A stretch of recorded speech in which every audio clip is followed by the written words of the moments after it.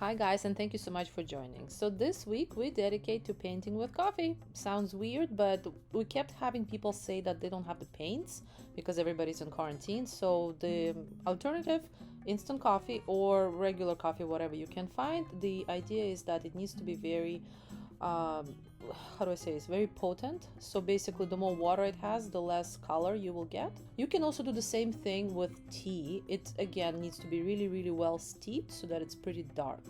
In terms of paper, best of course if it's watercolor paper. If you don't have watercolor paper, you can go for any paper that's thicker, on the thicker side, because you will see if you try this on a very light paper, it will kind of warp. But regardless, whatever you have, just try it, see how it goes. I think this is such a fun technique. And for the whole week, we're going to be doing different kind of illustrations with coffee. So thank you so much for joining, and we hope you enjoyed this.